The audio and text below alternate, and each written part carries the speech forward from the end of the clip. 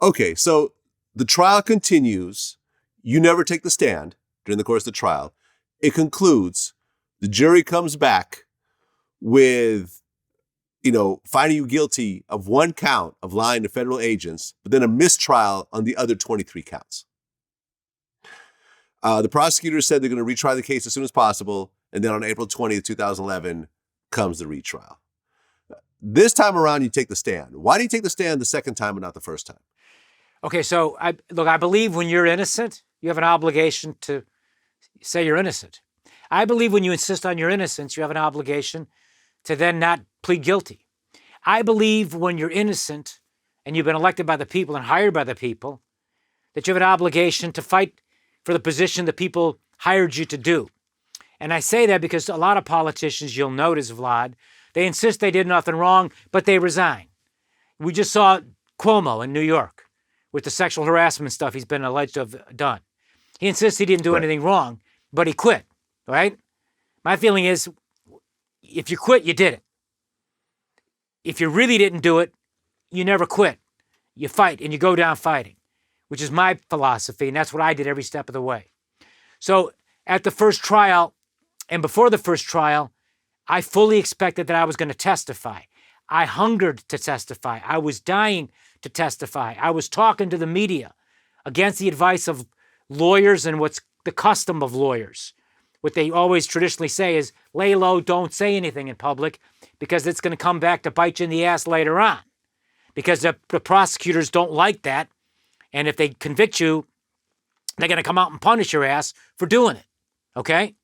Now, my feeling was I had an obligation to myself, my children, my little girls, my wife, my late parents, the people of Illinois, my supporters, the people who voted against me. My responsibility to protect the rule of law and the Constitution, to fight back, because I did nothing wrong. It was all legal. All those talks and conversations were legal and constitutional. So I must fight back. And so every forum that gave me a chance to talk, I took it. All kinds of news shows, David Letterman, Celebrity Apprentice, The Today Show, The Tonight Show, Nightline, Dateline. I did all those shows. Fox News, CNN, everything. MSNBC. I wasn't hiding, because that's what an innocent man does. What would Lincoln do if he was falsely accused? What would Teddy Roosevelt do if he was falsely accused? What would Winston Churchill do if he was falsely accused? What would Martin Luther King do if he was falsely accused? My heroes in history. So I'm doing that. So I'm going to testify at the first trial. I want to. And I have an obligation to tell the people what the truth is, as I knew it. But I got to be able to play the tapes to corroborate what I say, because if I can't play the tapes, I know what the prosecutors are going to do. They're going to say he testified to X, Y, and Z, but go back in the jury room and listen to the tapes to see whether or not the tapes back up what he says, right? At the first trial, their case was such bullshit, so flimsy. My lawyers said they proved nothing, and you don't have to defend yourself because they don't even make a prima facie case. The case should be thrown out for insufficient evidence, so let's rest our case. And if you rest your case, Vlad, you can't testify. So we made a decision that their case was so flimsy, just rest, which is what we did. And so we got all of those hung juries, except for the one on the false statement, which is another lie on their part, but I won't go into that right now. At the second trial, they changed their case. They moved the lines on the law. I was told by the judge, he told my lawyers on May 20th, 2011, it's in the record, that if I agreed to testify, I could testify to my state of mind and I could play the tapes to corroborate my testimony. I was delighted. May 20th, 2011. I was delighted. I thought that's my vindication, so I agreed to testify at the second trial based upon the promise of the judge. Well, I agreed. I got up there. Sure enough, when I get up and testify, when we try to play those tapes to corroborate my testimony, guess what happens, Vlad? You can't play the tapes. Yeah, they wouldn't let me play the tapes. He lied.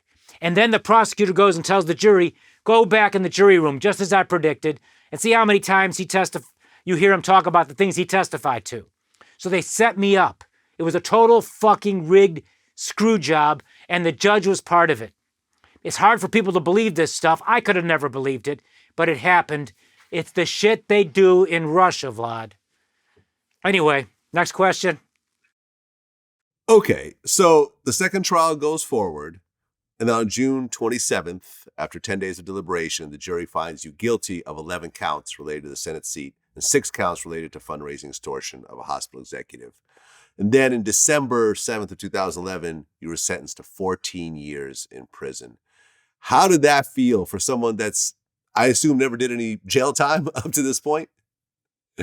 To be told 14 years in prison. And you're how old at this point?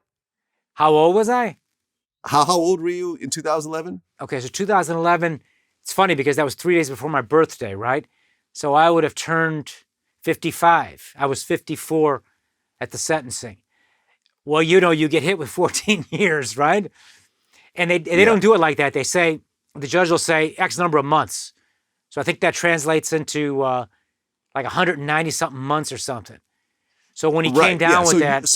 I just want to say this real quick. So at 54 years old, you're looking at getting out at 68 years old, worst case. Yes.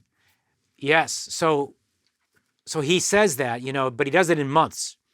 And so I didn't compute that as fast as one of my lawyers.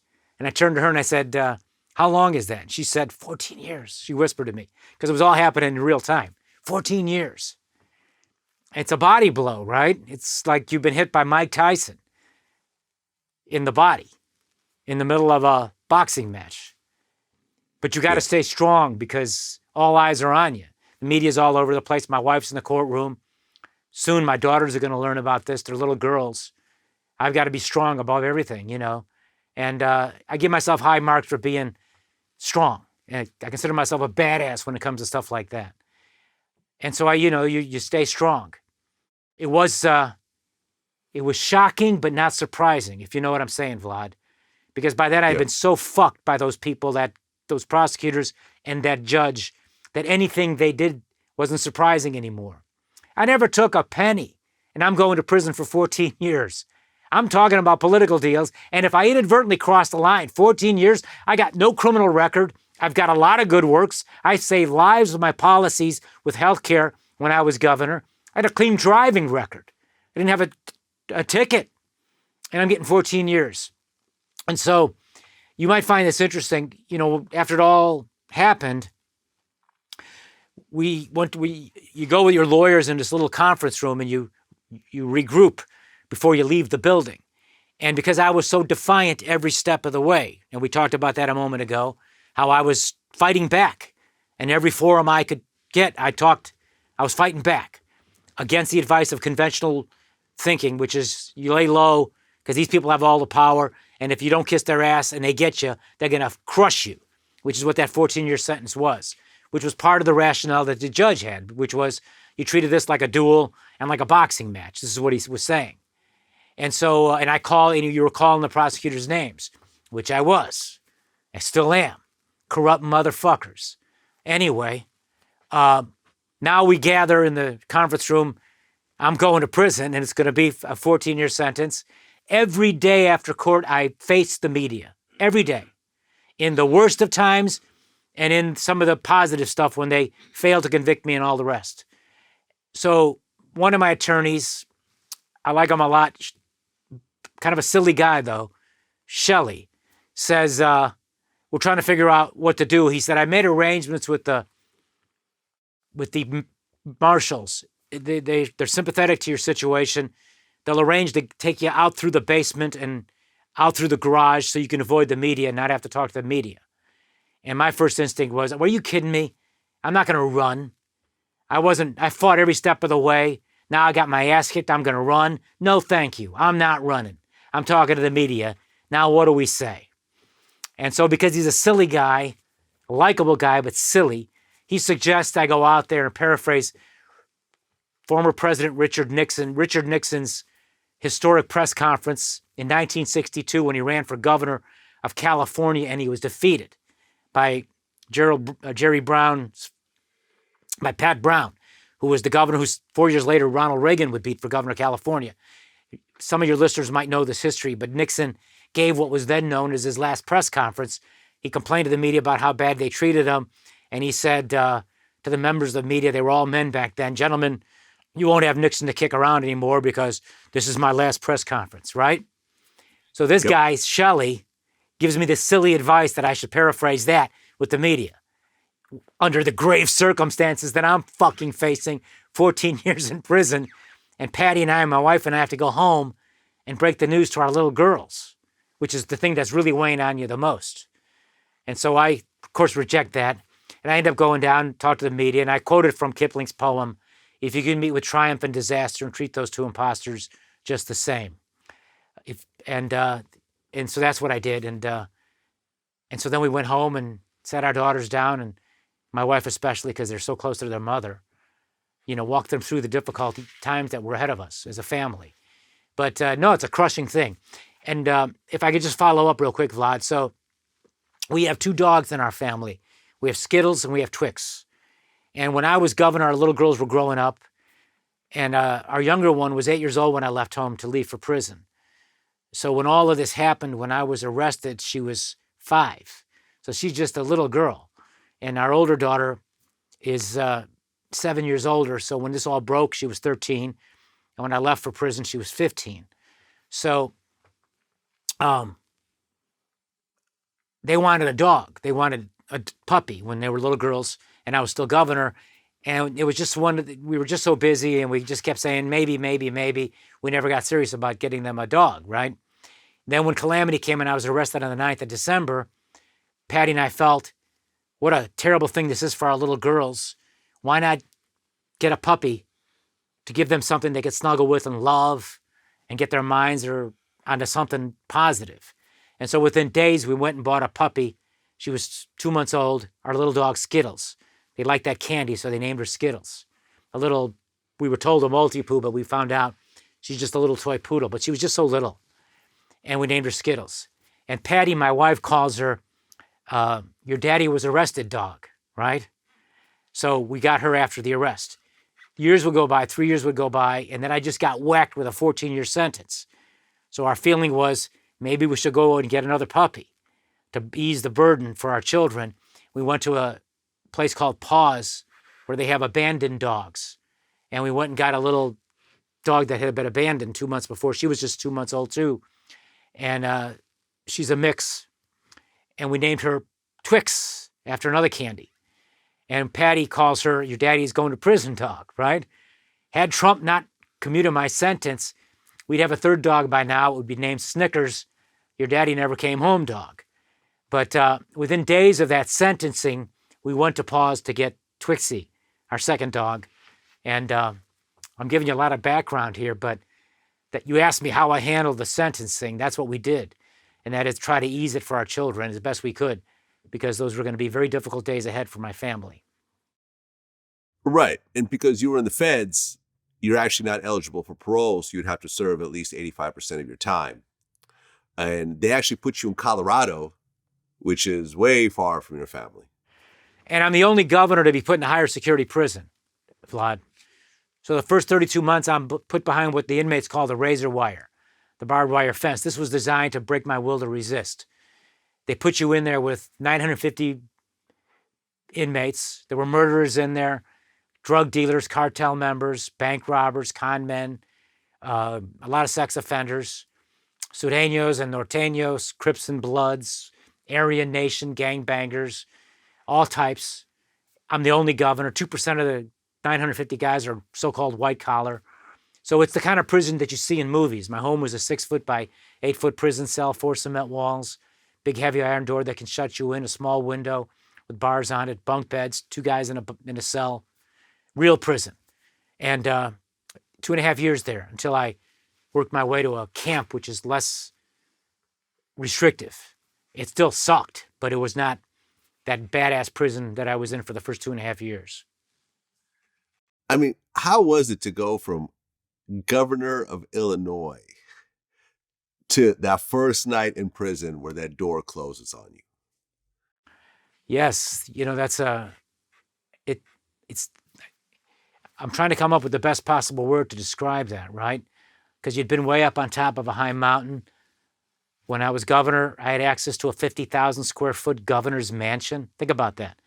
I grew up in a 5-room apartment. Now I've got this 50,000 square foot governor's mansion where Abraham Lincoln spent a few nights because he lived right down the street. He's friends with the governor before he became president. That's how historic that building is, that home. And now I'm in this 6-foot by 8-foot prison cell, right? 5-room apartment, 50,000 square foot governor's mansion, 6 by 8-foot prison cell. What a trajectory, right? All alone, hole in my heart, yearning for home, missing my little girls, worried about them, missing my wife, worried about her. My first night of thousands of nights ahead of me, 14 years ahead of me. If I behave myself well, it'll be 12 and a half years, actually. If I'm well behaved, I get good time. I'm out in something like 12 and a half years, right? My exit date, just to give you perspective, I walk in on the 15th of March, 2012 at noon, Mountain Time, on a Thursday. My exit date is May 15th, 2024. 2024, May 15th. Yeah. And you got a long haul. And your first night there, in that surrounding, in that experience, and you got a lot of this, it's fucking the worst experience I've ever had in my life. It's the worst. And you wish you were dead. You wish you were dead. But you couldn't be weak, you had to stay strong because you love your children and you love your wife. And you can never, ever give in or can't give up. You got to stay strong because of them. And that gave me strength, It gave me the inspiration I needed to push away the despair when it would creep in, and help me get over the bitterness and the anger that I felt, which was frankly the least of my troubles. It was more just like, what the fuck, man?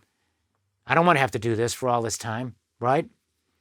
But when you love your family like you do, you stay strong. And, one of the things as time went by, you adapt.